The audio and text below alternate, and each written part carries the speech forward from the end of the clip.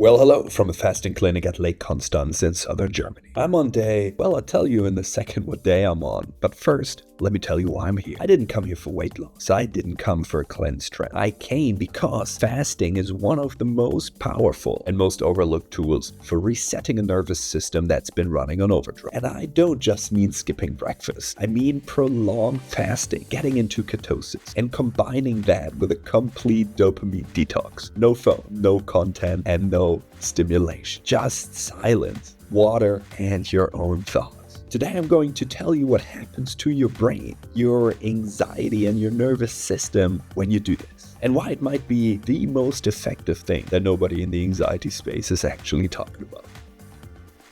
Let's kick this off with the basics. What does not eating have to do with anxiety? And that is actually more than you think. Because when you fast for an extended period, and we're talking 24 hours and beyond, your body goes through a metabolic shift. It runs out of glucose, its preferred fuel source, and it switches to burning fat. The byproduct of that fat burning is ketone. And when your brain starts running on ketones instead of glucose, things change. Ketones cross the blood-brain barrier and become fuel for your neurons. But here's what matters for us. Ketones increase the production of GABA, your brain's primary calming neurotransmitter. GABA is literally the chemical that tells your neurons to slow down, fire less, and relax. It's the opposite of the excitatory signals that drive anxiety and panic. And at the same time, fasting reduces glutamate, the excitatory neurotransmitter that keeps your brain wired and on alert. So you're simultaneously increasing the brake and releasing the accelerator. On top of that, fasting reduces systemic inflammation. And we know now that inflammation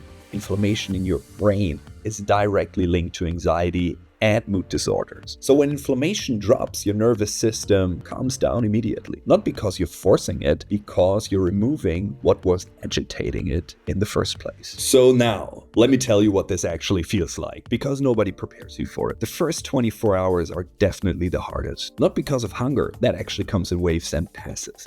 But the hardest part is the mental noise. When you remove food, your brain loses one of its favorite distraction tools. You realize how much of your eating is emotional, habitual, or just something to do. Day 2 and 3 is where things get interesting, because your body enters ketosis, and there's a transition phase that can feel rough. Fatigue, headaches, irritability. Your body is basically switching fuel systems. It's like converting an engine while it's running. But then, and this is the part nobody tells you, a clarity arrives. Day 3, day 4, something shifts. The mental chatter quiets down. Not because you forced it, because your brain chemistry literally changed. You're running on cleaner fuel. The noise drops. The baseline anxiety drops. You feel, and this is hard to describe, just still, genuinely still inside. And that stillness is what a regulated nervous system actually feels. Most of us have been so overstimulated for so long that we've forgotten what baseline calm even is.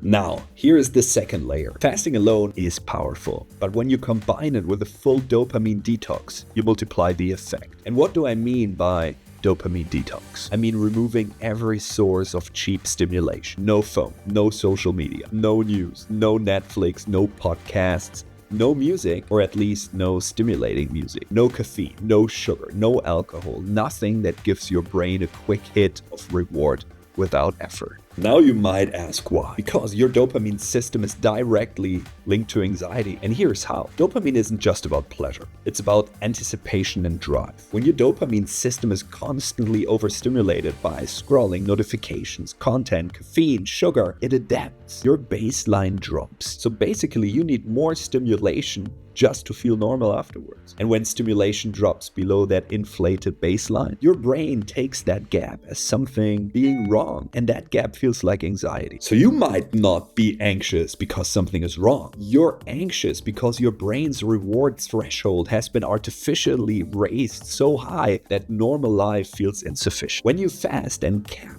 stimulation simultaneously, you force recalibration. Your dopamine receptors upregulate, your baseline resets, and suddenly a walk by the lake feels like enough. Conversation feels satisfying. Silence feels peaceful instead of unbearable. That's not some spiritual platitude, that's neurochemistry. Your brain is literally resensitizing to normal levels of it. So why am I telling you all this from a fasting clinic in Germany? Because if you've been doing all the right things, breathing exercises, therapy, meditation, supplements, and your anxiety still won't fully release, consider this. Maybe the problem isn't that you're not managing your anxiety well enough. Maybe the problem is that your entire system is so overstimulated that no amount of tools can overcome the noise. It's like trying to hear a whisper in a nightclub. The whisper is there, that's your calm, your clarity, your baseline, but the music is so loud you can't access it. Fasting and dopamine detox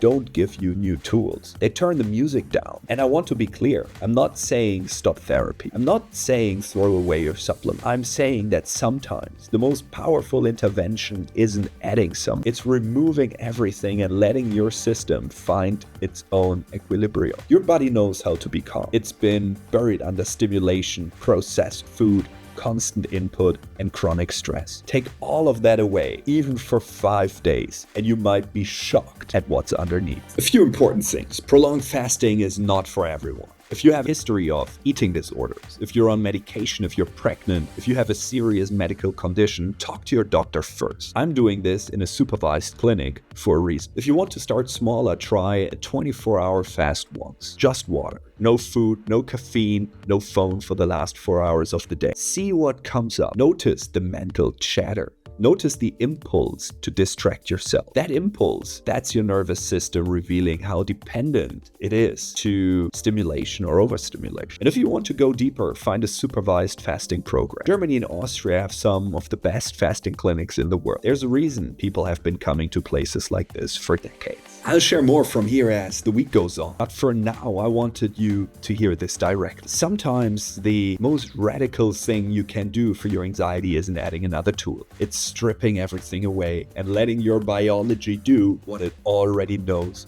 how to do. Less noise, more signal. That's the reset. If you want the full system for managing and understanding anxiety, link is in the description. And if you've ever done a fast or a dopamine detox, I want to hear about it. Drop your experience in the comments and I'll see you in the next video.